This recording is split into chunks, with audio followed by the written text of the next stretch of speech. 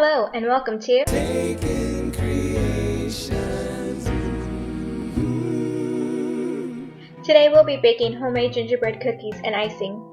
The ingredients you'll need for the cookies are baking soda, butter, salt, flour, brown sugar, an egg, ground cinnamon, molasses, nutmeg, ginger, and allspice, but since I don't have any, I'll be making a substitute using cloves, and you'll also need water. Utensils you'll need for the cookies are 2 bowls, a measuring cup, a third cup, a tablespoon, a teaspoon, half a teaspoon, a fourth of a teaspoon, 2 forks, a knife, a cookie sheet, a wire rack, and some cookie cutters. Add 3/4 of a cup of firmly packed brown sugar. Add half a cup of butter that's been softened. Then mix until creamy. Add in the egg. Add 2 tablespoons of water. Add a third cup of molasses. I'm using a rubber spatula to get all of it.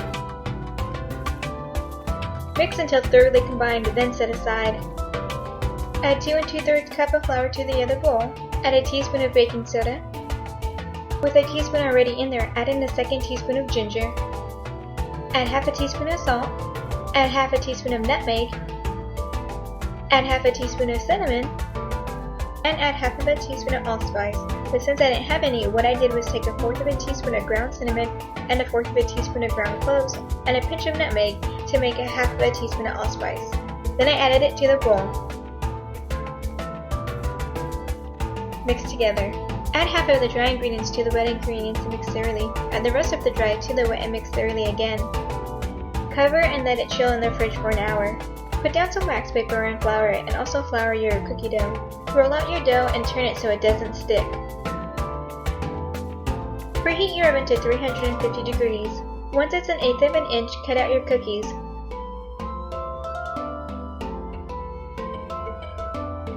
With the scraps, just re-roll and cut out some more cookies. Grease your cookie sheet. I save my butter wrapper, so I'm using that, but you can use whatever you have. Place your cookies on the sheet. Bake for 8 to 10 minutes. Let your cookies cook for 2 minutes on the cookie sheet. Transfer to a wire rack to cool completely.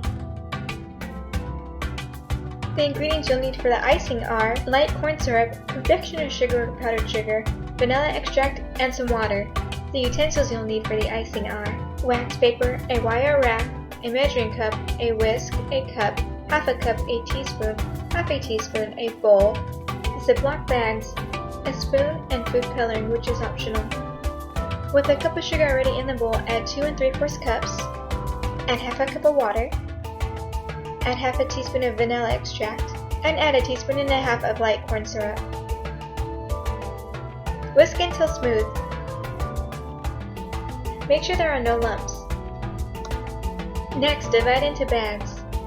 Add a few drops of food coloring, still, and then squish the bag until you get the color that you want. Place wax paper underneath the wire rack. Snip a small corner with scissors and begin to decorate how you want. The icing will fall and land on the wax paper, which will provide easy cleanup later. Have them sit there until they harden. I hope you enjoyed watching, and I hope you try out these recipes. Have fun decorating! Taking Creations.